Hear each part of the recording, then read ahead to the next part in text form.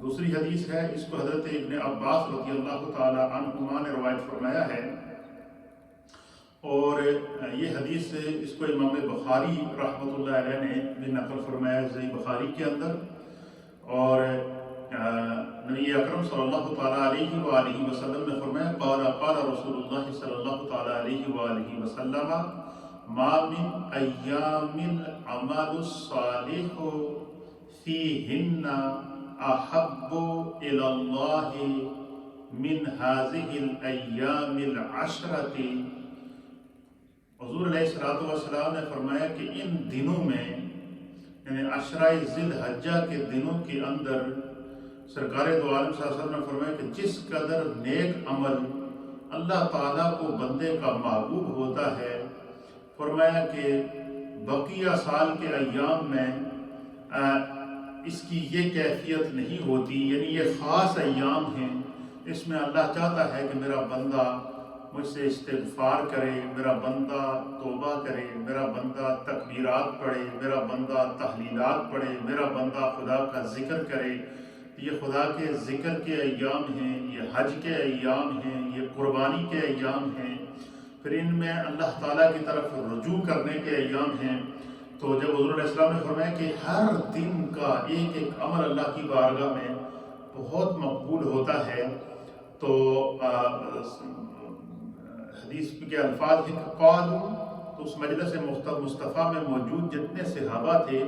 گویا کہ یہ پیغام نبی علیہ السلام نے ایک سے زائد کئی صحابہ کو ایک مجلس کے اندر ارشاد فرمایا۔ تو جب حضور علیہ السلام نے فرمایا کہ عشرہ ذی الحج میں کیا جانے والا عمل اللہ تعالیٰ کو ہر دن سے زیادہ محبوب ہوتا ہے، تو قالوا، تو اس مجلس مصطفیٰ میں موجود جتنے صحابہ تھے انہوں نے عرض کی یا رسول اللہ ولا الجہاد فی سبیل اللہ، کیا جہاد فی سبیل اللہ سے بھی بڑھ کر اللہ تعالیٰ اس عشرے میں جو ہے وہ نیکی کا اجر عطا فرماتا ہے؟ حضور علیہ السلام نے فرمایا کہ ہاں، جہاد فی سبیل اللہ سے بھی بڑھ کر اللہ تعالیٰ جو ہے وہ اجر عطا فرماتا ہے نیکی کا اس عشرے کے اندر، الا یہ کہ بندہ اپنی جو ہے وہ کوئی شخص اپنی جان مال لے کر نکلے اور ان میں سے کچھ بھی واپس نہ لوٹے۔ تو ان ایام کے اندر جو ہے وہ یہاں ان دو احادیث کے اندر نیکی کرنے کی تعلیم فرمائی گئی، ان دنوں کے اندر اللہ کے ذکر کی تعلیم فرمائی گئی، اور روزہ رکھنے کی تعلیم فرمائی گئی، رات کو قیام کرنے کی تعلیم فرمائی گئی۔ پھر حدیث پاک میں ہے کہ حضور علیہ السلام نے خصوصیت کے ساتھ یوم عرفہ کا روزہ رکھنے کی تاکید فرمائی ہے، اور حضرت ابو قتادہ رضی اللہ تعالیٰ عنہ سے حدیث کے راوی ہیں، آپ بیان فرماتے ہیں کہ نبی اکرم صلی اللہ تعالیٰ علیہ وآلہ وسلم نے ارشاد فرمایا کہ میں اللہ پاک سے پختہ امید رکھتا ہوں، صحیح مسلم کی حدیث ہے، حضور نے فرمایا کہ جو شخص ذی الحجہ کی 9 تاریخ کو، یوم عرفہ کو، یوم حج کو روزہ رکھتا ہے، حضور علیہ السلام نے فرمایا کہ اللہ تعالیٰ اس کی 1 سال پہلے کے اور 1 سال بعد کے 2 سالوں کے گناہ اللہ اس کے معاف کر دیتا ہے، اور اللہ کے حبیب علیہ السلام نے اس کی یہ عظمت اور یہ فضیلت بیان فرمائی ہے۔ پھر اس کے علاوہ آپ نے دیکھا کہ اس مہینے کے ان دنوں کے اندر جہاں حج ہوتا ہے اس کے ساتھ ساتھ قربانی بھی ہوتی ہے، اور قربانی کے بارے میں اللہ تعالیٰ نے قرآن حکیم فرقان مجید میں ارشاد فرمایا کہ جو بھی بندہ مومن قربانی کرے اسے پورے اخلاص کے ساتھ قربانی کرنی چاہیے، پوری نیت کے ساتھ قربانی کرنی چاہیے، اچھے سے اچھا جانور قربانی کرنی چاہیے، خوبصورت سے خوبصورت جانور قربانی کرنی چاہیے۔ کیوں؟ حضور علیہ السلام نے فرمایا کہ جب بندہ جو ہے وہ اچھے جانور کی قربانی کرتا ہے تو وہ جانور کیا ہوتا ہے؟ فرمایا کہ وہ قیامت کے دن اللہ تعالیٰ اس کی سواری بناتا ہے، اور وہ سواری 2 مقامات پر اس کو کام دیتی ہے۔ ایک تو یہ کہ حضور علیہ السلام نے فرمایا کہ جب بندہ پل صراط سے گزرتا ہے تو جس نے اچھی خوبصورت اخلاص کے ساتھ خلوص نیت کے ساتھ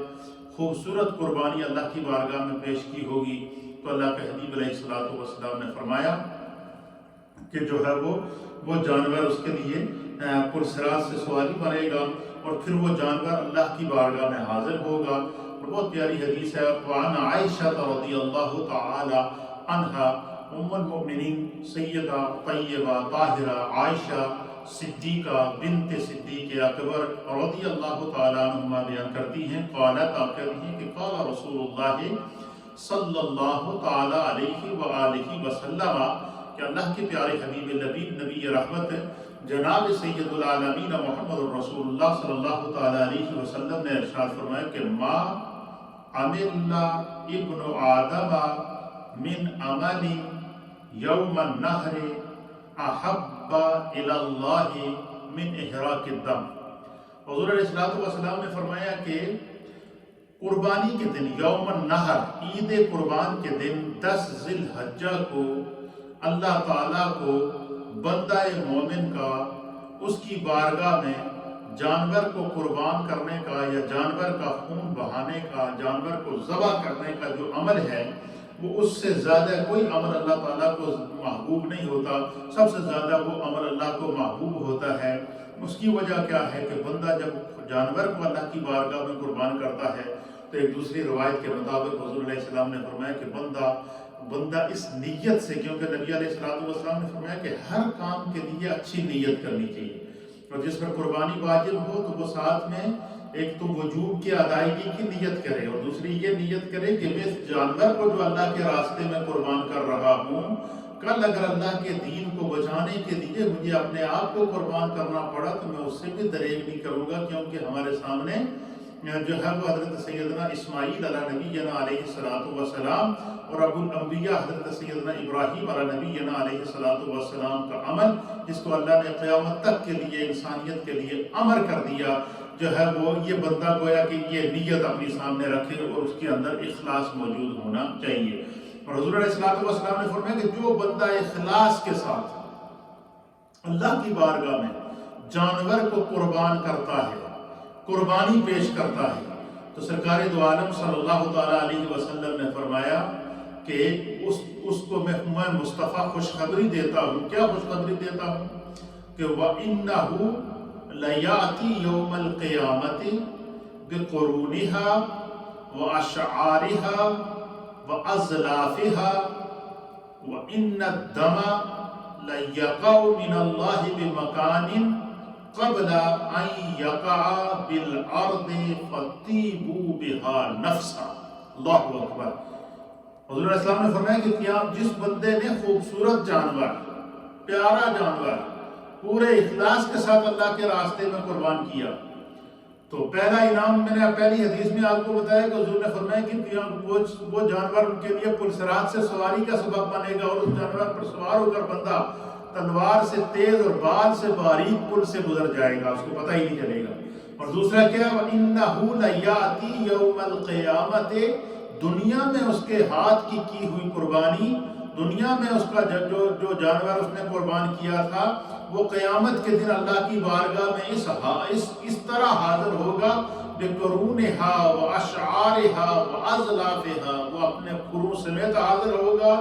وہ اپنے سینگوں سمیت حاضر ہوگا, وہ اپنے بالوں سمیت حاضر ہوگا. اور پھر سرکار دو عالم صلی اللہ علیہ وسلم نے مزید قربانی کی تاکید کو بیان کرتے ہوئے تاکہ امت جو ہے وہ قربانی کے اجر و ثواب سے محروم نہ رہ سکے, حضور نے فرمایا کہ ان الدم لیقع من اللہ بمکان قبل ان یقع بالارض. حضور علیہ السلام نے فرمایا کہ جب بندہ قربانی کو کے جانور کو اللہ کے راستے میں قربان کرتا ہے, اس کے گلے پر چھری چلاتا ہے, اور جیسے ہی اس جانور کے گلے سے چھری چلتی ہے اور اس کے گلے سے خون نکلتا ہے تو اللہ کو اس کا یہ عمل اتنا پسند ہے کہ حضور نے فرمایا کہ اس جانور کا قطرہ خون زمین پر گرنے سے پہلے اللہ کی بارگاہ میں مقبول ہو جاتا ہے. اللہ اکبر. گویا کہ قربانی کا عمل وہ عمل ہے کہ جس کی قبولیت کی بھی مصطفیٰ نے گارنٹی دے دی, جس کی بخشش کی بھی مصطفیٰ نے جو گارنٹی دے دی, جو ہمارے لیے قیامت کے دن سواری بنے گا. تو اس لیے اللہ کے حبیب علیہ السلام نے جو ہے وہ قربانی کی تاکید فرمائی ہے کہ جس شخص کو, حضور نے فرمایا کہ جس کو اللہ تعالیٰ قربانی کی توفیق عطا فرمائے تو وہ کیا کرے, فَطِيبُوا بِهَا نَفْسًا. جب قربانی کرنی یا تو تنگ دلی سے قربانی نہ کرو, خوش دلی کے ساتھ قربانی کرو. پوری محبت کے ساتھ قربانی کرو، پورے اخلاص کے ساتھ قربانی کرو۔ اور فرمایا کہ جو بندہ خوش دلی کے ساتھ قربانی کرتا ہے، جتنا پیارا جانور اس نے اللہ کے راستے میں قربان کیا ہوگا، اتنا ہی اللہ کی بارگاہ میں اس کو جو ہے وہ اجر بھی ملے گا، اور وہ جانور اللہ کی بارگاہ میں اس کی سفارش کرے گا، اور اس کے لیے جو ہے وہ اس کے نیک اعمال کا سبب بنے گا، اس کی بخشش کا ذریعہ بنے گا۔ اب آپ اندازہ لگائیں کہ ایک جانور کو اللہ کے راستے میں قربان کرنے کا یہ اجر و ثواب ہے، جو بندہ خود اپنے آپ کو اللہ کے دین کے لیے قربان کر دے، اس کے اجر کا کیا عالم ہوگا، اور جو بندہ اپنے آپ کو دین کے لیے وقف کر دے، اس کے اجر کا کیا عالم ہوگا۔ اس لیے حضور علیہ الصلوۃ والسلام نے فرمایا کہ نیت المؤمن خیر من عملہ، کہ مومن کی جو نیت ہے وہ اس کے عمل سے بہتر ہوتی ہے۔ تو ایک ہی ہے۔ دوسری بات یہ کہ قربانی کے جانور کو جب بندہ ذبح کرے تو پھر ہماری یہ خواہش ہونی چاہیے کہ آج کل ایک اور سوشل میڈیا میں بات چل رہی ہے، اور میرے پاس تو 3 سوالات بھی آئے ہیں کہ بعض لوگ یہ میسج کنوے کر رہے ہیں میڈیا کے ذریعے کہ بھائی قربانی کے جانور کو قربان کرنے کے بجائے بہتر ہے کہ آپ اس کی رقم جو غریبوں میں تقسیم کر دیں۔ دیکھیں، ہمارا کام ہے شریعت پر لبیک کہنا، شریعت کے احکام کو ماننا۔ ہم اپنے ذہن سے کوئی فیصلہ نہیں کر سکتے، یا ہمارا ذہن، ہم شریعت کے تابع ہیں، شریعت ہماری تابع نہیں ہے۔ جو اللہ تعالیٰ کے حبیب علیہ السلام، میں نے 2 حدیثیں آپ کے سامنے ابھی پیش کی ہیں۔ حضور نے فرمایا کہ قربانی نام ہے من احراق الدم، جانور کا خون بہانا۔ جانور کو ذبح کرنے کا نام قربانی ہے۔ جانور کے شرائط لکھے گئے ہیں کہ اگر کوئی بندہ اونٹ کی قربانی کرے تو وہ 5 سال کا ہونا چاہیے، گائے یا بیل یا بھینس کی قربانی کرے تو فرمایا وہ کم از کم 2 سال کی عمر ہونی چاہیے، 2 سال سے کم ہوگا تو اس کی قربانی نہیں ہوگی۔ اسی طریقے سے اگر کوئی بکری یا بکرے کی قربانی کرنا چاہے تو اس کی کم از کم 1 سال عمر ہونی چاہیے۔ اور تیسرا یہ کہ جو ہے وہ اگر کوئی مینڈا، بھیڑ یا مینڈا قربانی کرنا چاہے یا دمبا قربانی کرنا چاہے تو اگر 6 مہینے کا بھی ہوگا اور وہ 1 سال کا نظر آتا ہے، 6 مہینے سے زائد ہو تو اس کی قربانی بھی ہو جائے گی۔ ایک اور یہ میسج تحقیقات کے بعد یہ بھی پتہ چلا ہے کہ یہ جو بالخصوص برطانیہ کے اندر یہ جو لوگ میرا میسج اہل برطانیہ سن رہے ہیں یا اہل یورپ سن رہے ہیں، وہ اس کو نوٹ کر لیں۔ جن لوگوں نے اپنی قربانیاں یہاں پر بک کرائی ہیں سلیٹر ہاؤس کے اندر، وہ اس بات کو نوٹ کر لیں کہ یہاں جو برطانیہ کے اندر جو لیم کی پیدائش ہوتی ہے، لیم جو گرو ہوتا ہے، جو لیم کی پیدائش ہوتی ہے، اس کا انہوں نے سیزن رکھا ہوا ہے، یہ فروری سے لے کر اپریل تک۔ فروری کا مہینہ اس میں لیم پیدا ہوتا ہے، مارچ میں لیم پیدا ہوتا ہے، اپریل میں لیم پیدا ہوتا ہے۔ یہ 3 مہینے ہیں، فروری، مارچ اور اپریل۔ ان 3 منتھ کے اندر لیم پیدا ہوتا ہے۔ اور اس سال جو اگر مثلا عید ہماری ہو رہی ہے 31 جولائی کو، تو اگر فروری کے اندر یا مارچ کے اندر یا اپریل کے اندر جو لیم پیدا ہوا ہے وہ 31 جولائی تک 6 مہینے کا نہیں ہوگا۔ اس لیے جب بھی آپ سلیٹر ہاؤس کے اندر جائیں، اپنی قربانی کو بک کرائیں، تو آپ ان کو یہ تاکید کریں کہ جو ہماری طرف سے آپ لیم قربان کریں گے وہ 6 مہینے سے کم نہیں ہونا چاہیے، 6 مہینے سے زائد ہونا چاہیے۔ اس بات کو شور کر لیں، اگر 6 مہینے سے کم لیم ہوگا تو اس کی قربانی نہیں ہوگی، یہ بات ضرور نوٹ کر لیں۔ اس کے علاوہ قربانی کا گوشت جو ہے وہ اس کے لیے فقہا نے بیان کیا ہے کہ اس کے 3 کیٹیگریز ہونی چاہیے۔ ایک یہ کہ جب قربانی آپ کریں تو قربانی کے گوشت کو جو آپ کا قربانی کا حصہ ہے یا قربانی کا جانور ہے، مثلا بکرا ہے یا بکری ہے، اور یہ بھی یاد رکھیں کہ اونٹ کی اگر کسی نے قربانی کی تو وہ اس میں 7 آدمی شریک ہو سکتے ہیں، گائے یا بھینس یا بھیل کی اگر کسی نے قربانی کی تو اس میں بھی 7 آدمی شریک ہو سکتے ہیں، یعنی 7 آدمی ایک بڑے جانور میں شریک ہو سکتے ہیں۔ اور اگر کسی کو اللہ نے توفیق دی ہے تو وہ پوری گائے اکیلا قربانی کرنا چاہتا ہے تو بہت بڑے اجر و ثواب کی بات ہے، یا اکیلا پورا اونٹ قربان کرنا چاہتا ہے تو بہت بڑے اجر و ثواب کی بات ہے، لیکن اس میں اللہ تعالیٰ نے ہمیں یہ، اللہ کے حبیب علیہ السلام نے ہمیں یہ آپشن دیے ہیں کہ وہ 7 آدمی بڑے جانور میں شریک ہو سکتے ہیں، اور چھوٹا جانور بکرا ہے، بکری ہے، بھیڑ ہے، دمبا ہے، لیلا ہے، ان کی جو قربانی ہے وہ ایک قربانی ایک آدمی کی طرف سے ہوگی۔ تو اس میں جو ہے وہ قربانی کے گوشت کے بارے میں ہمارے فقہا نے لکھا ہے کہ قربانی کا جو گوشت ہے اس کو 3 حصوں میں تقسیم کرو، 3 اس کو حصوں میں ڈیوائیڈ کرو۔ ایک حصہ اپنے گھر والوں کے لیے، اپنے بچوں کے لیے، اپنے لیے رکھو۔ ایک حصہ اپنے جو خاص رشتہ دار ہیں، جیسے بیٹی ہوتی ہے، داماد ہوتے ہیں، اس کے علاوہ اپنے بھائی ہوتے ہیں یا بھتیجے ہوتے ہیں، خاندان کے ارد گرد کے جو لوگ ہوتے ہیں، ان میں بندہ جب گوشت بھیجتا ہے تو اس کی کوشش ہوتی ہے کہ تھوڑا زیادہ گوشت ان کو بھیج دے۔ عزیز و اقارب کا حصہ جو ہے وہ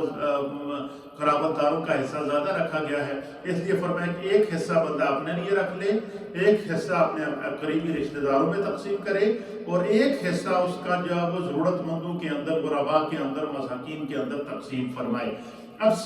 غرباء کا خیال رکھنا اس میں انتہائی ضروری ہے۔ ہمارے یہاں لوگ ہوتے ہیں کہ وہ ان کی کوشش ہوتی ہے کہ سب سے پہلے اپنے ڈیپ فریزر بھریں اور بس اس میں سال پورا ہم چلتا رہے، گوشت قربانی تو ہو جائے گی لیکن جو قربانی کا مقصد ہے وہ پورا نہیں ہوگا۔ اس لیے میرے سامنے حدیث پاک ہے، اس کو ابو داؤد شریف نے نقل کیا، بڑی ایمان افروز حدیث ہے۔ حضرت عمرہ بنت عبد الرحمن، حضرت عمرہ بنت عبد الرحمن بیان کرتی ہیں کہ قالت فرماتی ہیں کہ سمعت عائشہ رضی اللہ تعالی عنہ، کہ میں نے ام المؤمنین سیدہ عائشہ صدیقہ رضی اللہ تعالی عنہ کو فرماتے ہوئے سنا، تقول، آپ فرما رہی تھی کہ دف ناس من اہل البادیہ حضرت الاضحى فی زمان رسول اللہ صلی اللہ تعالی علیہ وآلہ وسلم ادخروا ثلاثہ۔ حضرت ام المؤمنین سیدہ عائشہ صدیقہ فرماتی ہیں کہ سرکار دو عالم صلی اللہ علیہ وسلم کے زمانے میں یہ ہوتا تھا کہ حضور علیہ السلام جب قربانیاں کرتے تھے مدینہ طیبہ میں، تو مدینہ کے دور دراز علاقوں کے اندر، دیہاتوں کے اندر جو دیہاتی علاقہ جات تھے، ان علاقے کے لوگوں کو، غریب لوگوں کو پتہ چلا کہ مدینہ طیبہ میں رسول اللہ صلی اللہ علیہ وسلم جو ہے وہ قربانیاں کرتے ہیں اور اجتماعی طور پر قربانیاں ہوتی ہیں اور بڑا وافر مقدار میں وہاں گوشت ہوتا ہے، تو وہ ان بستی والوں کو پتہ چلا، تو انہوں نے کیا کیا، ان بستی کے لوگوں نے جمع ہوئے اور جمع ہو کر انہوں نے کہا کہ ہم ایسا کرتے ہیں کہ ہم یہ عید سفر کر کے جاتے ہیں اور عید رسول اللہ صلی اللہ تعالیٰ علیہ وسلم کے ساتھ گزارتے ہیں، اور حضور علیہ السلام کی بارگاہ میں عرض کریں گے کہ ہمارا دیہات ہے، علاقہ ہے، غریب علاقہ ہے، کہ وہاں پر گوشت کا کوئی انتظام نہیں ہے، تو ہمیں گوشت دیا جائے۔ تو ام المؤمنین کہتی ہیں کہ دفع ناس من اہل البادیہ، دیہاتی علاقوں سے لوگوں کا وفد آیا حضور علیہ السلام کی بارگاہ میں عید والے دن۔ تو جب آیا تو حضور علیہ السلام کی سے ملاقات ہوئی، انہوں نے حضور علیہ السلام کے ساتھ عید کی نماز ادا کی، اور پھر وہ پورا وقت وہیں پہ ٹھہرا۔ تو انہوں نے عرض کیا کہ یا رسول اللہ، ہم فلاں مدینہ کی بستی سے آئے ہیں، فلاں علاقہ ہے، وہ دور دیہات میں ہم لوگ رہتے ہیں، تو وہاں بڑے غریب لوگ ہیں، تو گوشت وغیرہ کا وہاں کوئی ایسا انتظام نہیں ہوتا، تو ہمیں پتہ چلا کہ آپ قربانیاں کر رہے ہیں اور قربانیوں کا گوشت آپ تقسیم فرماتے ہیں۔ تو صحابہ اکرام یہ کرتے تھے کہ گوشت تقسیم بھی کر لیتے تھے، تقسیم کرنے کے بعد جو گوشت مثلا زائد ہو جاتا تو اس کو کیا کرتے، بجائے ضائع کرنے کے وہ یہ کرتے تھے اس وقت کہ آج کل کے دور کے اندر تو آپ نے دیکھا نا ڈیپ فریزر موجود ہیں، گوشت کو سٹاک کر دیا جاتا ہے، اور وہ کئی سال تک بھی گوشت اگر ڈیفریز کیا جائے تو وہ خراب نہیں ہوتا، لیکن اس دور کے اندر تو ڈیفریزر نہیں ہوتے تھے۔ تو اس دور میں یہ کرتے تھے کہ وہ گوشت کو ابالا جاتا تھا، ابالنے کے بعد تو پھر اس کو خشک کیا جاتا تھا، یا اسی بجائے بغیر ابالنے کے بھی گوشت کے اوپر نمک لگایا جاتا تھا، اور نمک لگانے کے بعد پھر اس گوشت کو باقاعدہ رسیوں کے ساتھ اس کے ٹکڑے لگا کے، جس طرح تسبیح پر ہوتے ہیں اس طریقے سے بوٹیاں اس کے اندر ڈال کے اس کو کیا کر دیا جاتا تھا، درختوں کے ساتھ یا مکانات کی چھتوں پر لٹکا دیا جاتا تھا، پھر وہ جب دھوپ لگتی تو پھر کیا کرتا، وہ گوشت کیا ہو جاتا، خشک ہو جاتا۔ جب وہ گوشت خشک ہو جاتا تو پھر وہ 6 مہینے سال تک وہ گوشت چل جاتا تھا۔ اس دور کے اندر دیکھیں، ہر کہتے ہیں ضرورت ایجاد کی ماں ہے۔ آج کے دور کے اندر ڈی فریزر ہے، اس دور میں ڈی فریزر نہیں تھا، لیکن اس دور میں بھی 6 مہینے تک گوشت استعمال ہوتا تھا۔ لیکن کیا کرتے تھے کہ گوشت کو باقاعدہ ابال کر اس کی بوٹیوں کو یا نمک لگا کر ان کو دھاگے کے ساتھ پرو کر جو ہے وہ پورے جیسے ہار ہوتا ہے، ہار کی شکل میں جب وہ کئی کلو گوشت لٹکا کر اس کو خشک کر دیا جاتا تھا۔ پھر اس گوشت کو جو ہے وہ کیا کرتے تھے کہ وہ زمین کے اندر دبا کر ایک کنواں کھود کر اس کے اندر وہ دبا دیتے تھے، اور دبانے کے بعد یعنی پلاسٹک میں لپیٹ کر اس کنویں کے اندر دبا دیتے تھے اور اوپر سے مٹی ڈال دیتے تھے، اور ضرورت کے مطابق مثلا جب بھی کوئی گوشت بنانے کا دل ہو تو وہ ایک ہار اس میں سے ایک جو ہے وہ تسبیح نماز جو پروئی ہوئی جو خشک کیا ہوا گوشت تھا وہ نکالتے اور اس کو پکاتے اور کھاتے۔ اور یہ صحابہ اکرام باقاعدہ عید قربان کے اوپر جو ہے وہ جب گوشت تقسیم کرنے کے بعد بچ جاتا تو پھر کیا کرتے، وہ اس کو خشک کر کے رکھتے تھے اور وہ اس کو استعمال کرتے تھے۔ تو اب جب مدینہ کے دیہات سے لوگ آئے اور انہوں نے کہا کہ یا رسول اللہ، پورے دیہات میں کبھی گوشت ہمیں ملا ہی نہیں ہے۔ اللہ کے حبیب علیہ الصلوۃ والسلام نے ام المؤمنین کہتی ہیں کہ سرکار باہر تشریف لائے۔ صحابہ اکرام اجتماعی قربانیوں میں مصروف تھے، گوشت بنا رہے تھے، گوشت جمع کر رہے تھے، گوشت تقسیم کر رہے تھے۔ اچھا، اور پھر اپنے اپنے حساب سے جس طرح وہ ہر سال گوشت کو جمع کر کے خشک کرتے تھے، وہ ان مراحل سے گزر رہے تھے۔ سرکار دو عالم صلی اللہ تعالیٰ علیہ وآلہ وسلم باہر تشریف لائے اور حضور علیہ الصلوۃ والسلام نے صحابہ کو خطبہ دیا۔ حضور علیہ السلام نے فرمایا کہ تم پہلے گوشت کو کیا کرتے تھے، خشک کر کے رکھ دیا کرتے تھے، لیکن اس دفعہ فلاں علاقے کے، فلاں دیہات کے، فلاں علاقے کے لوگ میرے پاس آئے ہیں، وہ غریب لوگ ہیں، ضرورت مند لوگ ہیں، لہذا آپ اس عید پر آپ لوگوں نے صرف 3 دن کا گوشت اپنے پاس رکھنا ہے، اس کے بعد سارا گوشت ان غربا کو دینا ہے، سارا گوشت ان غربا میں تقسیم کرنا ہے، اور ان سے کہیں کہ جتنا گوشت آپ کو چاہیے آپ لے کر جائیں، اور دیہات کے اپنے رشتہ داروں کے لیے بھی لے کر جائیں، اور اس پورے علاقے کے اندر، اس پورے دیہات کے اندر، اس پوری بستی کے اندر کوئی گھر خالی نہیں رہنا چاہیے جہاں پر گوشت نہ پہنچے۔ سرکار نے صحابہ سے کہا کہ اس سال کوئی بندہ گوشت سٹاک نہیں کرے گا، اس سال کوئی بندہ گوشت کو روک کے نہیں رکھے گا، کوئی بندہ صرف اپنے 3 دن کا گوشت آپ رکھیں اور باقی سارا گوشت غربا میں تقسیم کر دیں۔ تو صحابہ اکرام نے وہ سارا گوشت کیا کیا، غربا کے اندر تقسیم کر دیا، اور سرکار دو عالم صلی اللہ تعالیٰ علیہ وسلم نے جو ہے وہ پھر مدینے کے غربا، دور دراز کی بستی کے لوگ، وہ پھر اپنے تھیلے بھر کے بڑے بڑے جتنا وہ گوشت اٹھا سکتا تھا وہ لے کر گئے، اپنے رشتہ داروں کے لیے لے کر گئے۔ پوری بستی کے اندر انہوں نے جا کر گوشت تقسیم کیا اور ان کو پیغام دیا کہ اللہ کے رسول نے ہمارے لیے گوشت بھیجا۔ پھر جو ہے وہ جب دوسرا سال آیا تو قربانیاں بڑھی، تو اب وہ دیہات سے لوگ نہیں آئے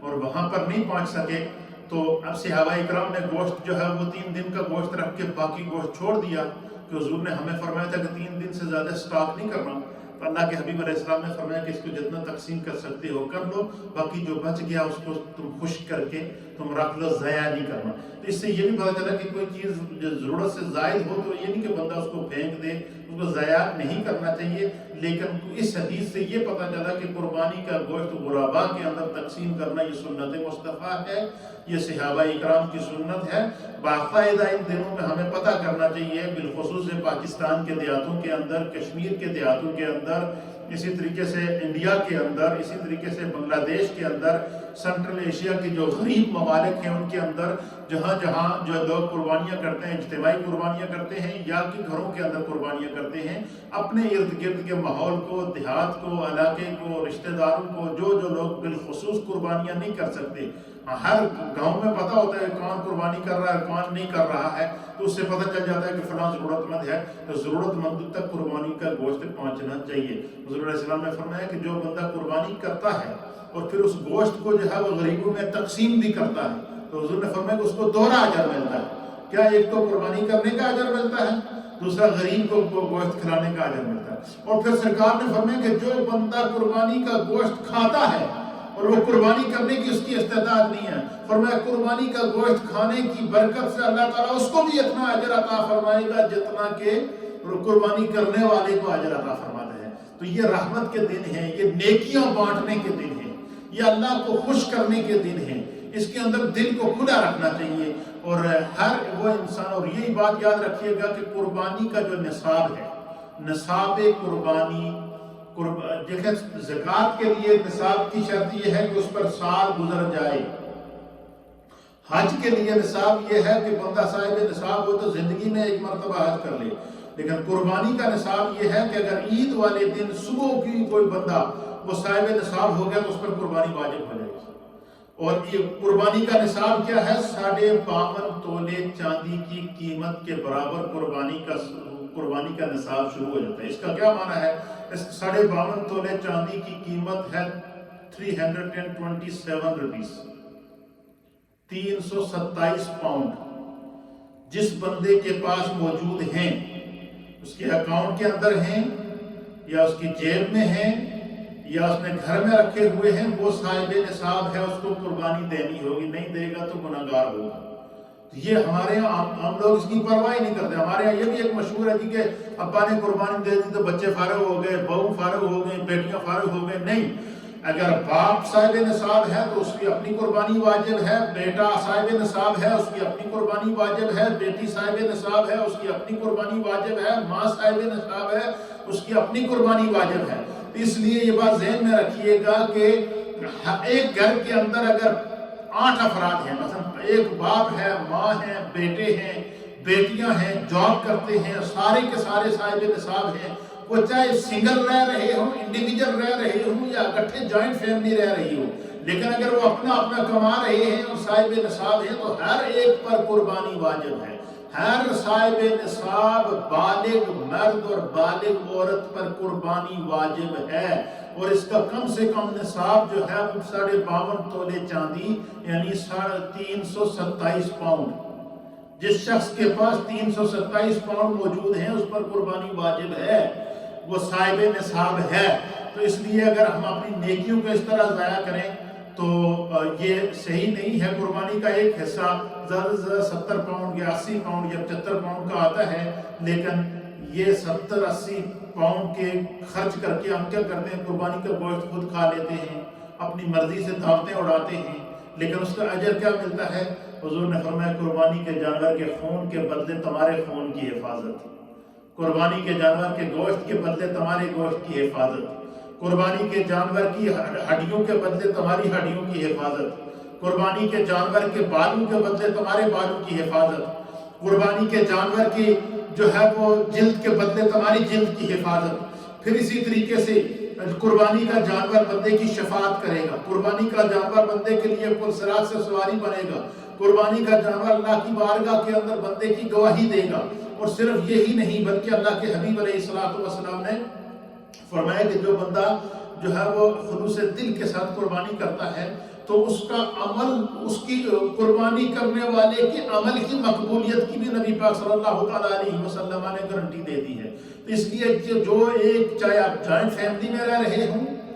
یا اکیلے رہ رہے ہوں، تو جو بھی بندہ بالغ ہے، صاحب نصاب ہے، 327 پاؤنڈ کا وہ مالک ہے، عید والے دن اس کے اکاؤنٹ میں اگر 327 پاؤنڈ موجود ہیں تو وہ صاحب نصاب ہے۔ یہ بڑا نازک مسئلہ ہے، اس کو سمجھنے کی ضرورت ہے۔ تو اس لیے اس کے اوپر ضروری طور پر ایک بات۔ دوسرا یہ کہ ہمارے لوگ اس کا خیال نہیں کرتے کہ جو ہے وہ بس ابا جی نے قربانی دے دی تو سب کی طرف سے ہو گئی، نہیں۔ دوسرا یہ کہ مثلا اگر اللہ نے آپ کو توفیق دی ہے آپ اپنی قربانی کریں اور خدا نے آپ کو گنجائش دی ہے تو پھر کیا کریں؟ حق یہ ہے کہ آپ اپنی قربانی کے ساتھ نبی اکرم صلی اللہ تعالیٰ علیہ وآلہ وسلم کی قربانی کریں۔ حضور علیہ السلام کا ساری زندگی یہ معمول رہا تو حضور علیہ السلام 2 جانور قربانی کیا کرتے تھے، ایک اپنی طرف سے اور ایک جانور سرکار دو عالم صلی اللہ تعالیٰ علیہ وآلہ وسلم اپنی امت کی طرف سے قربان کیا کرتے تھے۔ اور حضور علیہ السلام کا جب وصال ہوا تو حضور علیہ السلام نے حضرت علی رضی اللہ تعالیٰ عنہ مولا کائنات کو وصیت کی کہ علی میری وفات کے بعد بھی قربانی میری طرف سے اور میری امت کی طرف سے کرنا۔ حضرت مولا کائنات اسی طرح کیا کرتے تھے۔ پھر اسی طریقے سے اگر بندے کو دیکھیں، ہر وقت ایک ایسا نہیں ہوتا، کسی وقت حالات اچھے ہوتے ہیں، کسی وقت نہیں ہوتے ہیں، لیکن کہ اگر بندے کو خدا نے مال دے دیا، دولت دے دی، اقتدار دے دیا اور اس کے بعد اتنا وافر مقدار میں پیسہ موجود ہے، تو وہ کوشش کرے کہ وہ اپنی زندگی کی جو باقی قربانیاں ہیں وہ بھی ادا کریں۔ یہ بھی نبی پاک صلی اللہ علیہ وسلم کی سنت ہے۔ حدیث پاک کے اندر آتا ہے حجۃ الوداع کا موقع تھا۔ حجۃ الوداع کے موقع پر سرکار دو عالم صلی اللہ تعالیٰ علیہ وآلہ وسلم نے 63 اونٹ قربانی کیے، 63 اونٹ، اللہ اکبر۔ حالانکہ ایک اونٹ میں 7 حصے شامل کر سکتے تھے، اور اگر 7 کے حساب سے ملٹی پلائی کرتے تو 9 اونٹ میں بھی جو وہ 63 قربانیاں ہو سکتی تھیں۔ 9 اونٹ کے اندر 63 قربانیاں ہو سکتی، 9 کو آپ 7 کے ساتھ ملٹی پلائی کریں تو 63 بن جاتا ہے 63۔ لیکن حضور علیہ السلام نے حجۃ الوداع کے موقع پر 63 اونٹ قربانی کی، اور علماء نے، محدثین نے اس حدیث کی شرح کے اندر لکھا کہ حضور علیہ السلام کی جو عمر مبارک تھی وہ 63 سال تھی، اور یہ حجۃ الوداع حضور علیہ السلام کا آخری حج تھا۔ حضور کو پتہ تھا کہ اس کے بعد میں نے اس دنیا سے چلے جانا ہے، تو حضور علیہ السلام نے جو 63 قربانیاں دی ہیں تو وہ کیا تھی؟ امام ساوی رحمۃ اللہ علیہ نے، اور اسی طریقے سے صاحب شفا شریف نے، اسی طریقے سے علامہ ابن حجر عسقلانی رحمۃ اللہ علیہ نے، اور دیگر محدثین نے اس حدیث کی شرح کے اندر لکھا ہے کہ نبی اکرم صلی اللہ تعالیٰ علیہ وسلم نے 63 جو قربانیاں دی ہیں، 63 اونٹ جو اللہ کے راستے میں قربان کیے ہیں، آپ نے اپنی 63 سالہ زندگی میں ہر سال کے نام سے ایک قربانی دی، اور اگٹھی 63 قربانیاں دی ہیں۔ کیوں دی ہیں؟ اس لیے کہ اچھا اس میں وہ دور بھی آتا ہے جو دور نبوت، جو آپ نے اعلان نبوت نہیں کیا تھا، یعنی 40 سال اس سے آپ کی اعلان نبوت کے پہلے کے بھی ہیں۔ حضور نے 40 سال اعلان نبوت کے پہلے کی بھی قربانی ادا کی۔ اس لیے اگر کسی کو خدا نے توفیق دی ہے اور صاحب استطاعت ہے، دنیا میں بڑے بڑے دولت مند لوگ بڑے ہیں، لیکن ان کو پرواہ نہیں ہوتی کہ بھائی ہماری دولت اگر ہم نے اسے اللہ کے راستے میں خرچ کیا تو یہ ہمیں کام آئے گی۔ قربانی جب بندہ کرتا ہے تو اللہ کی رضا اسے ملتی ہے۔ تو اگر کسی کو خدا نے توفیق دی ہے تو وہ اپنی زندگی کا حساب کر کے سرکار کی سنت ادا کر کے اس طرح کی بھی قربانیاں ادا کرے۔ لیکن ہاں، اگر کسی کو اللہ نے توفیق دی ہے تو پہلے اپنی قربانی ادا کریں، پھر اس کے بعد نبی اکرم صلی اللہ تعالیٰ علیہ وسلم کے نام سے، انبیاء اکرام کے نام سے، اور بالخصوص حضرت سیدنا ابراہیم علیہ السلام اور سیدنا اسماعیل علیہ السلام کے نام سے، اسی طریقے سے صحابہ اکرام کے نام سے، انبیاء اکرام کے نام سے، اولیاء کاملین کے نام سے، اپنے جو مرحومین ہیں، والدین ہیں، دادی دادا ہیں، عزیزہ اقربا ہیں جو دنیا سے چلے گئے ہیں، اگر خدا نے توفیق دی ہے تو آپ ان کے ایصال ثواب کے نام سے بھی قربانی کر سکتے ہیں کہ خدا نے مجھے توفیق دی ہے، میں ان کے نام سے بھی قربانی کرتا ہوں۔ جتنا آپ اس قربانی کو، اسی لیے حضور علیہ السلام نے اس حدیث میں فرمایا کہ فَطِيبُوا بِهَا نَفْسًا، کہ اللہ کے راستے میں جب قربانی کرو تو خوش دلی کے ساتھ کرو، دل کو کھول کر قربانی کرو اور اپنی طرف سے کرو۔ اللہ نے توفیق دیا تو انبیاء اکرام کی طرف سے کرو۔ یہ بھی ایک لوگوں کا یہ ہوتا ہے کہ بعض لوگ کہتے ہیں کہ میں نے قربانی دے دی اور میں نے نبی پاک صلی اللہ علیہ وسلم کے نام سے قربانی دی، بہت اچھی بات ہے، لیکن حضور علیہ السلام کے نام سے قربانی اگر دی ہے اور اپنی قربانی نہیں دی ہے تو آپ کے ذمہ جو واجب ہے وہ اسی طرح قائم رہے گا۔ اس لیے علماء نے لکھا کہ سب سے پہلے بندہ کیا کرے؟ سب سے پہلے بندہ جو ہے وہ قربانی کس کی طرف سے دے؟ اپنی طرف سے دے، تاکہ اس کے ذمہ جو واجب ہے وہ ادا ہو جائے۔ وہ واجب جب ادا ہو جائے گا تو اس کے بعد وہ سرکار دو عالم صلی اللہ علیہ وسلم کی طرف سے دے، اس کے بعد وہ صحابہ اکرام کی طرف سے دے، اہل بیت اطہار کی طرف سے دے، انبیاء اکرام کی طرف سے دے، اپنے مرحومین کے ایصال ثواب کے لیے دے۔ جتنی قربانیاں وہ دے سکتا ہے، ایصال ثواب کی نیت سے بندہ دل کھول کر اللہ کی بارگاہ میں وہ قربانیاں پیش کریں۔ تو یہ قربانی کے چند ضروری مسائل تھے، تو میں نے ضروری سمجھا کہ اس کے سارے پہلوؤں پر گفتگو کر لی جائے، کیونکہ قربانی سے پہلے انشاءاللہ یہ آپ کے پاس ہمارے ویڈیو کلپ بھی آ جائیں گے یوٹیوب کے اوپر بھی آپ اس پورے پروگرام کو دیکھ اور سن سکتے ہیں. فیس بک کے اوپر بھی یہ پروگرام موجود ہے. گھروں کے اوپر بھی آپ مائیں بہنیں سن رہی ہیں, اور بالخصوص وہ ہماری مائیں بہنیں جن کے پاس زیورات موجود ہیں, اور وہ کوئی اور آپ یہ بات ہوتا ہے کہ بھائی میرے میاں نے, بعض عورتیں کہتی ہیں میرے میاں نے قربانی دے دی. میاں نے اپنی قربانی دی ہے, آپ کے ذمہ جو قربانی ہے وہ ادا نہیں ہوئی. اس لیے ہر ایک کو اپنی طرف سے قربانی کرنی چاہیے جس پر قربانی واجب ہے. اللہ تعالیٰ ہمیں جو ہے وہ, کیونکہ یہ زندگی کا کوئی پتہ نہیں ہوتا کہاں ختم ہوتی ہے, لیکن اگر یہ خدا نے ہمیں موقع دیا ہے اور ہمارے اس عمل کی وجہ سے اللہ ہم سے راضی ہو رہا ہے, تو یہ سودا مہنگا نہیں ہے, بڑا سستا سودا ہے. حضرت اسماعیل علیہ السلام نے تو گردن پہ چھری چلا کے یہ سودا کیا تھا. ابراہیم علیہ السلام نے تو بیٹے کی گردن پر چھری چلا کر یہ سودا اللہ کی بارگاہ میں کیا ہے. اسی طریقے سے آگ میں چھلانگ لگا کر اللہ کو راضی کیا ہے. اسی طریقے سے انبیاء اکرام کو کن کن آزمائشوں سے نہیں گزرنا پڑا. تو اس لیے یہ جو مشکل وقت ہیں, سختی کے وقت ہیں, تنگیوں کے وقت ہیں, تو ہمیں جن لوگوں کو اللہ نے توفیق دی ہے خوش دلی کے ساتھ, محبت کے ساتھ قربانی کریں, قربانیوں میں سستیاں نہ کریں. اللہ تعالیٰ ہمیں دین کو سمجھنے کی توفیق عطا فرمائے. اللہم صلی علی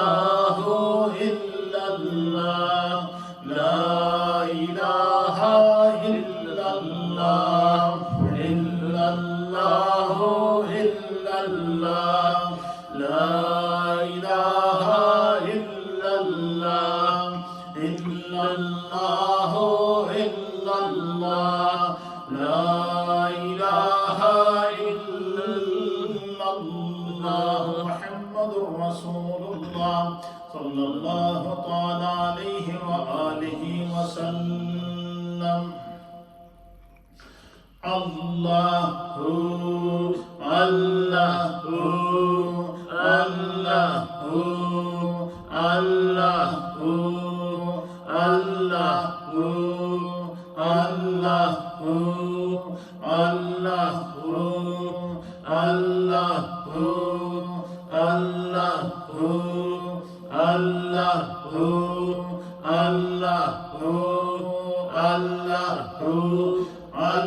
الله الله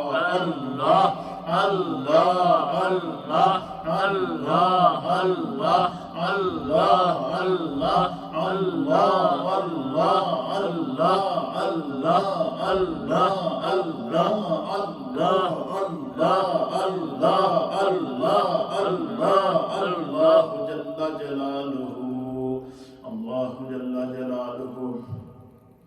سبحان الله والحمد لله ولا إله إلا الله والله أكبر ولا حول ولا قوة إلا بالله العلي العظيم. سبحان الله والحمد لله ولا إله إلا الله والله أكبر ولا حول ولا قوة إلا بالله العلي العظيم. سبحان الله والحمد لله ولا إله إلا الله والله أكبر ولا حول ولا قوة إلا بالله العلي العظيم. آمين. اللهم صل وسلم على سيد الأنبياء والمرسلين وعلى آله الطيبين وأصحابه الطاهرين أجمعين. اللهم ربنا اغفر لنا ولوالدينا ولأساتذتنا ولمشايخنا ولجميع المؤمنين والمؤمنات والمسلمين والمسلمات الأحياء منهم والأموات. يا رب بالمصطفى بلغ مقاصدنا واغفر لنا ما مدى يا واسع الكرم. یا رب کریم ہماری اس مجلس ذکر و دعا کو اپنی بارگاہ میں قبول فرما. اے اللہ تو نے اپنے فضل و کرم سے یہ ایام ذی الحجہ اور عشرۂ ذی الحجہ ہمیں عطا فرمایا ہے. اللہ ہمیں ڈھیروں نیکیاں کرنے کی توفیق عطا فرما. اس باقی پاکیزہ عشرے کے ذریعے اللہ ہمارے صغیرہ کبیرہ دانستہ نادانستہ عمدن خطاً ظاہر اور مستور گناہوں خطاؤں لغزشوں کوتاہیوں کو معاف فرما. یا اللہ جو بیمار ہیں ان کو شفا عطا فرما. جو پریشان حال ہیں ان کی پریشانیوں کو دور فرما. یا اللہ ہم سب کے تمام مرحومین کی بخشش و مغفرت فرما. جو مائیں بہنیں بزرگ نوجوان جنہوں نے اس پوری محفل کو گھروں میں بیٹھ کر سنا ہے سوشل میڈیا کے ذریعے ہمارے ساتھ شریک ہیں دیکھ رہے ہیں اللہ سب کے گھروں میں برکتیں عطا فرما. سب کے رزق اور روزگار میں برکتیں عطا فرما. سب کے گھر بار رزق روزگار کاروبار مال جان عزت آبرو اولاد میں برکتیں عطا فرما. اس کرونا وائرس کی وبا کو اللہ اپنی بارگاہ سے ختم فرما. یا اللہ شفا والی ہوا نازل فرما. ہمارے تمام مرحومین کی بخشش فرما. یا اللہ ہمیں نیکی کی توفیق عطا فرما. جو لوگ قربانیاں کر رہے ہیں ان کے لیے اچھے سے اچھے انتظامات کی توفیق عطا فرما. یا اللہ کرم کی دولت سے مالا مال فرما. فضل کی دولت سے مالا مال فرما. اپنی عطاؤں کی دولت سے نواز دے. یا اللہ ہم سب پر کرم فرما. سب کے گھروں میں برکتیں عطا فرما. جو مائیں بہنیں بزرگ جنہوں نے دعاؤں کے لیے کہا ہے ان کے حق میں اس دعا کو قبول فرما. جو بیمار ہیں ان کو شفا عطا فرما، جو پریشان حال ہیں ان کی پریشانیوں کو دور فرما، جو تنگ دست ہیں ان کی تنگ دستیوں کو دور فرما، جو مقروض ہیں انہیں بار قرض سے نجات عطا فرما، اپنی اور اپنے محبوب کی سچی محبت اور اتباع نصیب فرما، جو بچے بیرا روی کا شکار ہیں اللہ ان کو نیک بنا دے، جو بچے بے نمازی ہیں اللہ ان کو نمازی بنا دے، اپنے کرم کی دولت سے مالا مال کر دے، اسلام پر زندگی عطا فرما، ایمان کامل پر خاتمہ نصیب فرما۔ جتنے لوگ اس دعا میں ہمارے ساتھ شریک ہیں اللہ سب کے گھروں میں برکتیں عطا فرما، سب کی اولادوں میں برکتیں عطا فرما،